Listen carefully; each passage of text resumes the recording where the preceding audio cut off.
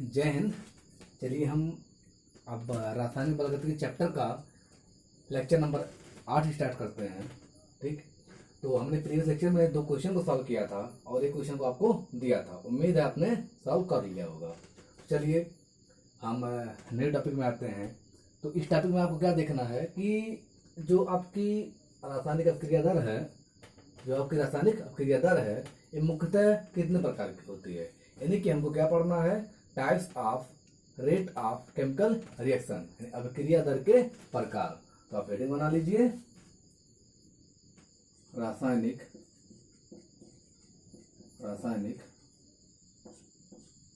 अभिक्रिया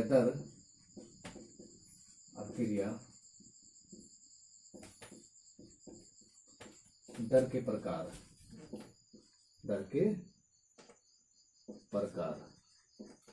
आप इंग्लिश में लिखेंगे टाइप्स ऑफ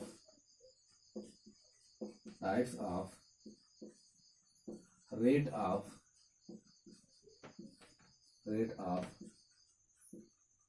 केमिकल रिएक्शन। देखिए, तो उम्मीद है आपको रासायनिक अभिक्रिया की दर कैलकुलेट करने में कोई दिक्कत नहीं हुई होगी, और इसको समझने में यदि आपको कोई दिक्कत हो तो एक बार आप प्रीवियस लेक्चर यानी कि पिछले वीडियो को जाकर पुनः देखें।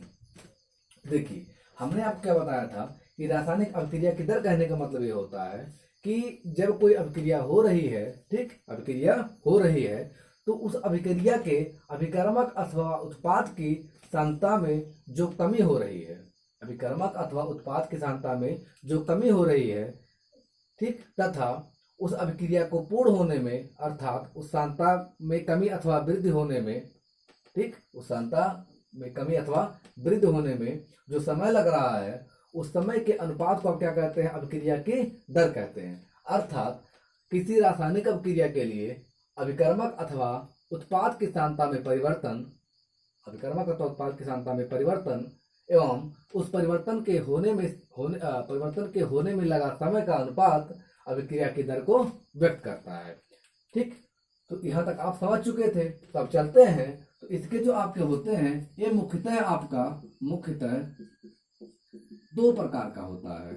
ठीक, यह मुख्यतः 2 प्रकार का होता है। पहला आपका क्या है, पहला आपका औसत वेग अथवा औसत दर। इसको इंग्लिश में क्या कहेंगे आप, एवरेज, AVA, एवरेज रेट। और दूसरा आपका क्या है, दूसरा आपका है तत्कालिक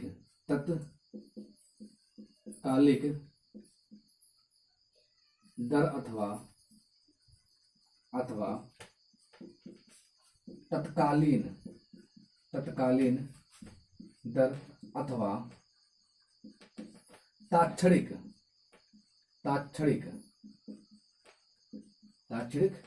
दर। इंग्लिश में क्या कहते हैं इसको आप, इंस्टैंटेनियस,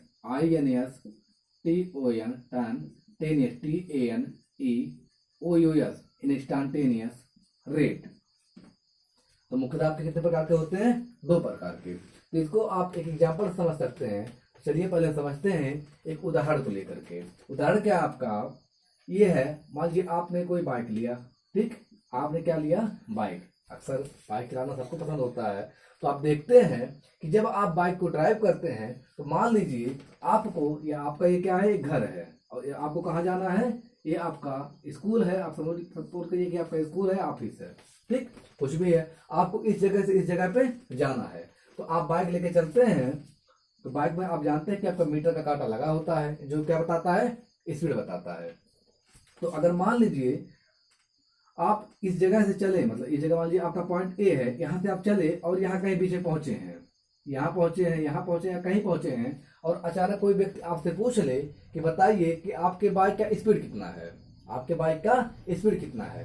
तो आप तुरंत काटा देखेंगे और बता देंगे कि जो भी आपका होगा 30-35, हालांकि इतना तो कोई चलता नहीं है, मैक्सिमम 60 से 70 के बीच में चलते हैं, या 60 या 70। तो आप कहेंगे कि हमारी स्पीड कितनी है, 60 किलोमीटर, ठीक, अथवा 70 किलोमीटर पर हावर।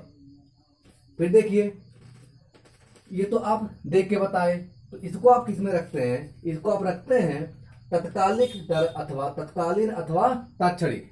आप देखिए नाम से स्पष्ट है, जैसे यहाँ क्या लिखा है, तत्कालिक मतलब तुरंत, बस इससे आप समझिए, तत्कालिक मतलब तुरंत, यानी आपसे किसी ने पूछा, आपने तुरंत देख के बता दिया, तो क्या हो गया, तत्कालिक। इंग्लिश में क्या, इंस्टांट, ठीक, उसी से बना है इंस्टांटेनियस, यानी तात्क्षणिक, तुरंत ही, ठीक। तो ये उसका मीनिंग होता है। तो आप इसको समझ गए। अब दूसरा समझते हैं। आपका यही घर था, ठीक, यही आपका क्या था, घर था, ए से लेकर कहां तक, बी तक, ये आपका घर था, सॉरी ये घर था, ये क्या था, आपका ऑफिस था। तो यहां से आपको यहां जाने में मान लीजिए कि आपकी दूरी कितनी हो, सपोज करिए कि आपका 10 किलोमीटर हो, कितना हो, 10 किलोमीटर हो। तो फिर देखिए, अगर आपको 10 किलोमीटर दूरी आपने कवर किया, ठीक, आपने कवर किया, तो आप यहाँ चले, तो मे भी आपका हो सकता है 60 चले हो, 70 चले हो, 80 चले हो, ठीक। और कुल मिला के आपका सपोज करिए कि 2 मिनट लगा हो, सपोज करिए क्या लगा हो, 2 मिनट लगा हो, या आपका 2 घंटा लगा हो, सपोज करिए 2 मिनट या 2 घंटा, मान लीजिए हमने 2 घंटा कह दिया, ठीक। अब देखेंगे, अब आपसे अगर कोई पूछेगा कि तुम्हारी स्पीड कितनी थी, तुम्हारी स्पीड यानी कि रफ्तार कितनी थी, तो फिर देखिए आप तुरंत फार्मूला यूज करते हैं। फार्मूला क्या है आपका, चाल बराबर दूरी बटा समय, चाल बराबर दूरी बटा समय। तो आप दूरी क्या रखेंगे, रखेंगे आप कितना, आपका 10 किलोमीटर हो गया, 10, और समय कितना लगा, 2 घंटे। तो आप कहेंगे 5 किलोमीटर पर हावर। अब देखिए 5 किलोमीटर पर आवर, हो सकता है आप लेके जा रहे हो, तो पहले स्टार्ट किया आप कितने से, 70 से, मान लिया आपने 0 से स्टार्ट किया, तो आप 0 से 1 में तो आप 70 पहुंच नहीं जाएंगे, तो 0 से 1 होगा, 2, 3, 4, 5, ठीक, इसी प्रकार आप 70 पहुंचे हैं। फिर हो सकता है कभी आप 25 की स्पीड से चले हो, फिर हो सकता है आपका क्राउडिंग हो, मतलब वहां पे भीड़ भाड़ वाली जगह हो, तो आप बहुत स्लो चले हो, बहुत ज्यादा भीड़ हो, अब हो सकता है बाइक के तेल खत्म हो गया हो, तो आप बहुत स्लो जाएंगे। तो देखिए आप यहां से यहां जाने में कई बार अपने स्पीड को चेंज करते हैं, तो जब कई बार स्पीड चेंज करते हैं एट ए पर्टिकुलर टाइम, यानी किसी निश्चित समय पे, तो आप किसमें चला जाएगा, इंस्टेंटेनियस अथवा तात्क्षणिक वेग में या तात्क्षणिक दर में, और ये किसमें चला जाएगा, औसत, यानी कुल मिला के आपने कितना समय लिया, ठीक, और वो आपका कितना स्पीड बता रहा था, ओवरऑल आप कितना समय लगाए और कितना दूरी थी, ठीक, दोनों का अनुपात आपका क्या बताता है, चाल, ठीक। तो ये आपका किसमें चला जाएगा, औसत में, यानी एवरेज में। तो उम्मीद है समझ में आ गया होगा, ठीक। फिर चलिए इसको हम समझते हैं, इसको इरेज कर देते हैं।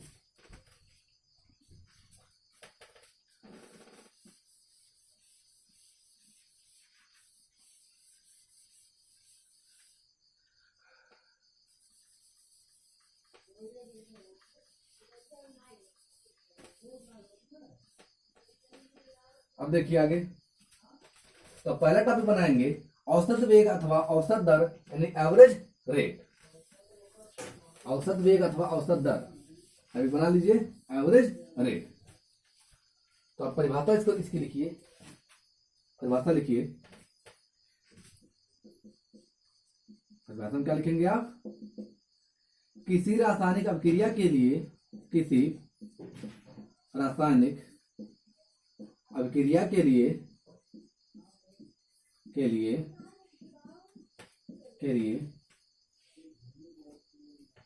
किसी निश्चित समय के साथ, किसी निश्चित समय, तो आप समय क्या लिख दीजिए, समयांतराल, समयांतराल के साथ अभिकर्मक अभिकर्मक अथवा अथवा अथवा उत्पाद की सांद्रता में परिवर्तन उस अभिक्रिया की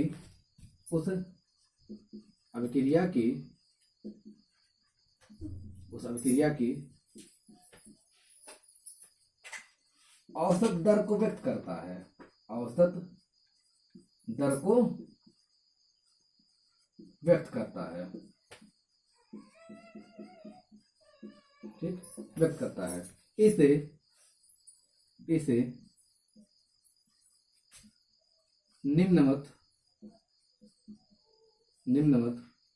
प्रदर्शित किया जा सकता है, प्रदर्शित किया जा सकता है, किया जा सकता है। दिखा लीजिए आप। तो आपका हो जाएगा औसत दर बराबर अभिकर्मक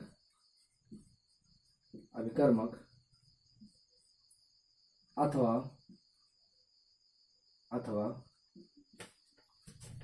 उत्पाद की सांद्रता में परिवर्तन बटे समयांतराल। यदि हम अभिकर्मक अथवा उत्पाद की सांद्रता को से प्रेजेंट करें तथा समयांतराल को टी से प्रदर्शित करें तो देखिए, ठीक, तो आपका हो जाएगा आर बराबर, ठीक, प्लस माइनस डेल्टा सी बटे डेल्टा टी, जहां पे टी समय है और डेल्टा टी मतलब समय अंतराल है। यानी डेल्टा मतलब क्या है कि समय में परिवर्तन, तो समय अंतराल हो गया। और ये सी क्या है, अभिकर्मक अथवा उत्पाद की सांद्रता है, अभिकर्मक अथवा उत्पाद की सांद्रता है। और डेल्टा क्या बता रहा है, उसमें परिवर्तन। तो क्या हो गया आपका डेल्टा सी बटे डेल्टा टी, जहां पे प्लस क्या बता रहा है, उत्पाद की अभिक्रिया की दर, और माइनस क्या बता रहा है, अभिकर्मक की अभिक्रिया की दर। तो इसको आप नोट कर लीजिए, इसको आप क्या कर लीजिए, नोट कर लीजिए, कर लीजिए। फिर आगे चलते हैं।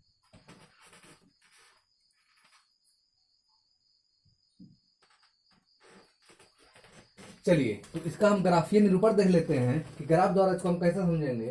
तो हेडिंग बनाइए, ग्राफीय निरूपण।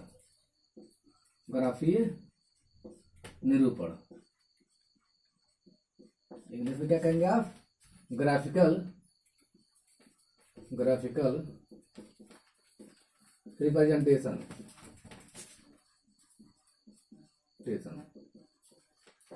ये हो गया आपका। देखिए, तो लिखिए, माना क्या माना आपने कि कोई अभिक्रिया हो रही है, माना कोई अभिक्रिया ए से बी हो रही है। तब लिखिए, माना कोई अभिक्रिया, देखा लीजिए, तब लिखेंगे एट टाइम t1, यानी कोई अभिक्रिया हो रही है और t1 समय पर, ठीक, या हिंदी में लिखेंगे, ठीक, t1 समय पर सांद्रता C1 है एवं सांद्रता C1 एवं T2 समय पर सांद्रता C2 है। सांद्रता क्या है, C2 है। तो ये जो सांद्रता ली जा रही है, ये अभिकर्मक अथवा उत्पाद दोनों के लिए है। तो आप लिख लीजिए ब्रैकेट में, अभिकर्मक एवं उत्पाद दोनों के लिए, ठीक, दोनों के लिए, मतलब ये माना गया केवल, ठीक। तो देखिए, तो जब T1 समय पर सांद्रता कितना है, C1 है, और T2 समय पर सांद्रता कितना है, C2 है। तो आप पहले ग्राफ में समझिए, ठीक, अभिकर्मक एवं ये करके अभिकर्मक एवं समय में संबंध,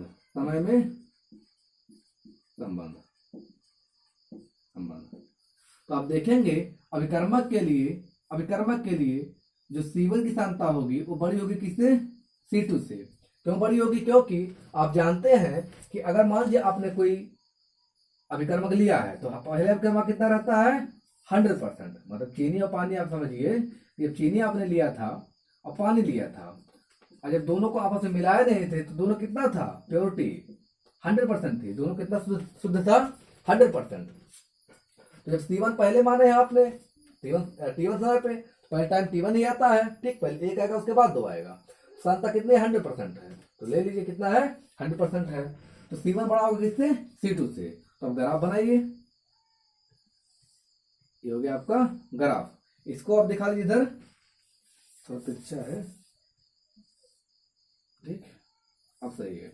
ये आपका हो गया क्या, अभिकर्मक, अभिकर्मक, ठीक, अभिकर्मक, ये है अभिकर्मक, मतलब क्या, सांद्रता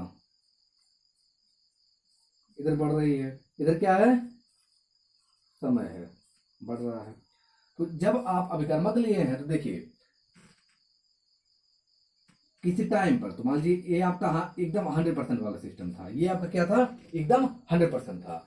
जब कुछ समय बीत गया, आपने चीनी को पानी में मिलाया तो कुछ समय बीत गया, तो इसकी जो प्योरिटी है धीरे धीरे क्या होगी, डिक्रीज होगी, जिसकी शुद्धता है चीनी की वो धीरे धीरे क्या होगी, डिक्रीज यानी घटेगी, और ये किसमें जाएगा, पानी में मिलने लगेगा। तो ये आपका एकदम 100% वाला पॉइंट हो गया, 100%। तो अब इसको आप देखते हैं कि धीरे धीरे क्या होता है, घटता है। आप इसको एक बार पहले समझ चुके हैं, तो आपका क्या हो रहा है, घट रहा है इसका कंसंट्रेशन, ये हो गया आपका घटता हुआ।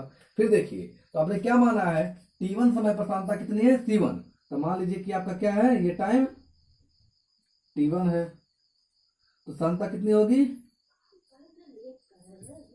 C1, ये आपका कितना सांद्रता हो गया, C1। तो इसको हम दिखा देते हैं, ठीक, ये पॉइंट है आपका, ये क्या है आपका C1।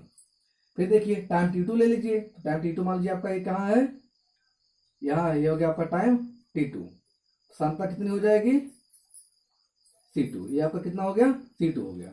तो ये जो समय है आपका, सॉरी, ये जो आपका डिफरेंस है, चेंज है, ये क्या है, डेल्टा C है, और ये जो डिफरेंस है आपका यहां से लेकर यहां तक, ये क्या है, डेल्टा T है।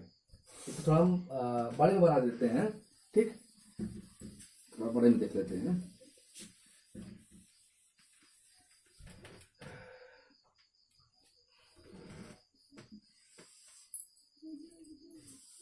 ये हो गया आपका सांद्रता,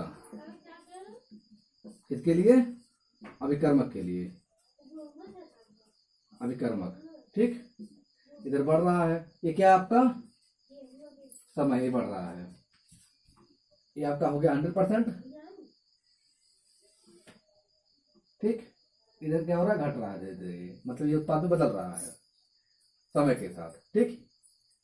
तो आप ये दिखा लीजिए, क्या है आपका, दिखाया था हमने, माना C1 टाइम है, ये हो गया आपका C1, और ये टाइम कितना हो गया, T1, सॉरी T1, और ये आपका हो गया T2, कंसंट्रेशन C2।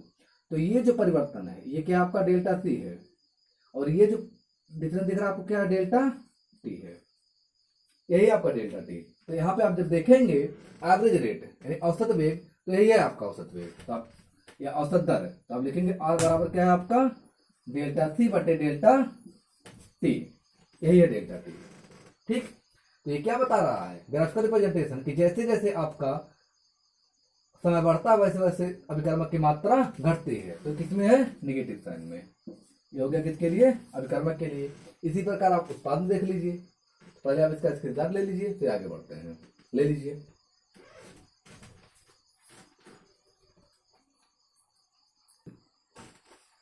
अथवा अब आप देखिए, इसको देख सकते हैं आप, क्या लिखे हैं, डेल्टा C, तो डेल्टा C कहने का मतलब क्या हमने बताया, यहाँ देखिए इन दोनों में परिवर्तन। तो अभिकर्मक के लिए, उत्पाद के लिए हमने क्या कहा था, ठीक, कि डेल्टा C आप कैसे पता करते हैं, कि बाद में सांद्रता कितनी हुई और पहले कितनी थी। तो आप लिखेंगे बाद में कितनी होती है, C2 होती है, पहले कितनी थी, C1 थी, तो बटे बाद में टाइम T2 माइनस T1। तो आप इस प्रकार भी लिख सकते हैं। तो चूंकि C1 क्या है, बड़ा है किससे, C2 से, तो ये ओवरऑल वैल्यू किसमें आएगी, निगेटिव, किसमें आएगी, निगेटिव आएगी। तो फिर हमने बताया था कि चूंकि अभिक्रिया की दर कभी ऋणात्मक नहीं होती, इसलिए पहले क्या लगा लेंगे, निगेटिव साइन। तो अब लिखेंगे अथवा R बराबर माइनस C2 माइनस C1 बटे T2 माइनस T1, आप इसको इस प्रकार से भी लिख सकते हैं। ये हो गया आपका। फिर चलिए अब लिख लेते हैं उत्पाद के लिए।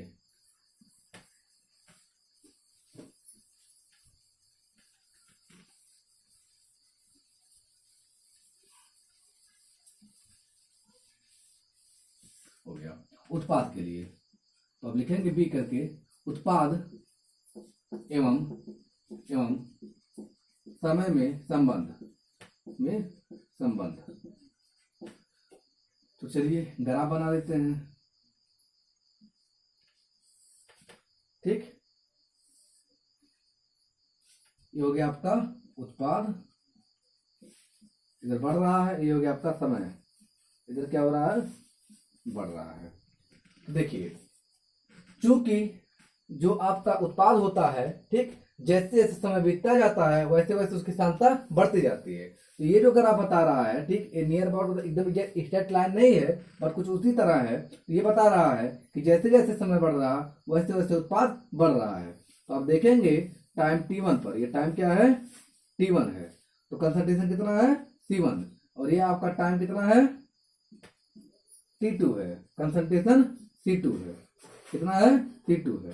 तो ये आपका हो गया डेल्टा c, और ये आपका हो गया क्या, डेल्टा t। तो आप उत्पाद के लिए दिखा सकते हैं। अतः R बराबर क्या हो जाएगा आपका, c2 माइनस c1 बटे t2 माइनस t1, अथवा R बराबर delta c minus delta c बटे डेल्टा t।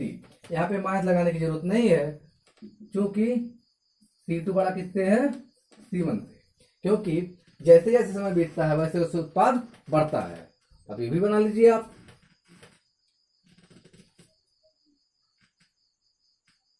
चलिए, तो इस प्रकार से आप इसको ग्राफिकली भी रिप्रेजेंट कर सकते हैं। स्क्रीनशॉट ले लीजिए, फिर आगे बढ़ते हैं। ले लीजिए।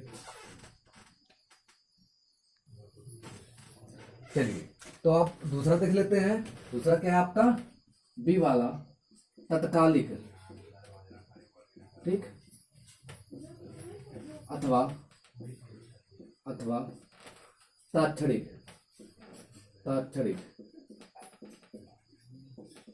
दर, इंग्लिश में क्या कहेंगे,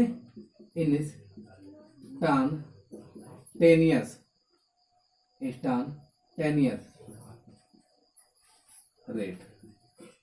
ठीक, तो इसको देखिए हम समझा चुके हैं ऑलरेडी, बस परिभाषित करना है। तब लिखेंगे किसी रासायनिक अभिक्रिया के लिए, किसी रासायनिक अभिक्रिया के लिए किसी सूक्ष्म कोष्ठक में तात्क्षणिक समय के साथ अभिकर्मक अथवा उत्पाद की सांद्रता में परिवर्तन, अथवा उत्पाद की सांद्रता में परिवर्तन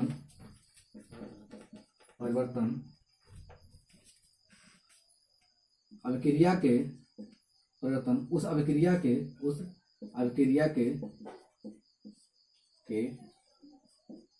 तात्क्षणिक दर को प्रदर्शित करता है।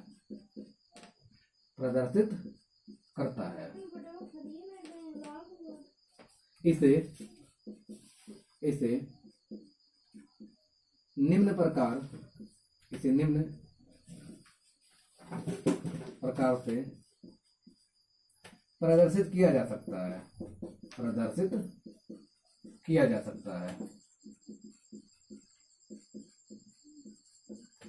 सकता है। तो आप लिखेंगे डेल्टा सी बटे डेल्टा टी बराबर डी सी बटे डी टी प्लस माइनस। ठीक, अथवा इसको आप ऐसे समझिए, पूरा अगर लिखना चाहते हैं अब लिखेंगे। ठीक, तात्क्षणिक तात्क्षणिक दर बराबर, ठीक, अभिकर्मक अथवा उत्पाद में परिवर्तन, उत्पाद की सांद्रता में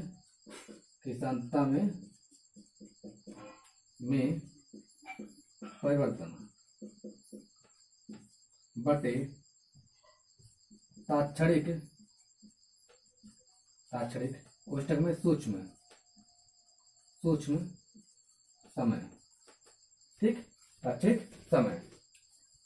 तो देखिए इसको इस प्रकार भी लिख सकते हैं, अथवा डेल्टा सी बटे डेल्टा टी, ठीक, at T tends to 0 equal to plus minus, ठीक, डीसी बटे dt, प्लस माइनस डीसी बटे dt, जहां पे प्लस चिन्ह किसके लिए है, उत्पाद की अभिक्रिया के दर के लिए, या माइनस चिन्ह किसके लिए, अभिकर्मक की अभिक्रिया के दर के लिए, बराबर आप इसके लिख सकते हैं r के, ठीक, ये संपूर्ण अभिक्रिया की दर को व्यक्त करता है। तो एक बार फिर से समझ लीजिए,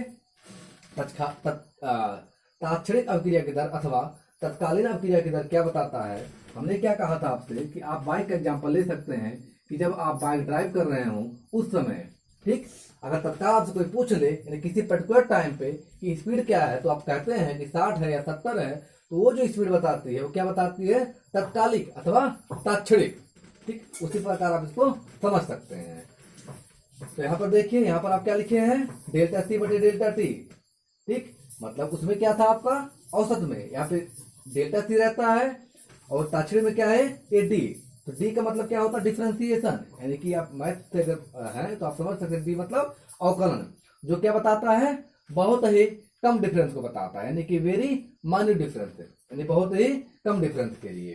तो जब डिफरेंस कम हो तो चूंकि समय क्या है, कम है, तो अंतर भी बहुत ही कम होगा। जैसे जब आपकी कंसंट्रेशन 100% है और समय आपका 0.1 सेकेंड हो, 0.2 सेकेंड हो, तो क्या उत्पाद बहुत ज्यादा बन जाएगा, नहीं, बहुत ही कम होगा, मतलब परिवर्तन तो होगा लेकिन बहुत ही ज्यादा नहीं हो सकता, ठीक। इवन आप केवल ये आपका दिखने में मिलता है कब, जब ये आपका टाइट्रेशन होता है, टाइट्रेशन में, ठीक, टाइट्रेशन, तो चूंकि ये क्या है, तीव्र गति की अभिक्रिया है, जो कि आसानी से हम कैलकुलेट नहीं कर सकते, तो इसको हम इसलिए छोड़ देते हैं। तो उम्मीद समझ में आ गया होगा, ठीक, नोट कर लीजिए। तो फिर आगे हम पढ़ते हैं नेक्स्ट वीडियोज में, ठीक, थैंक यू।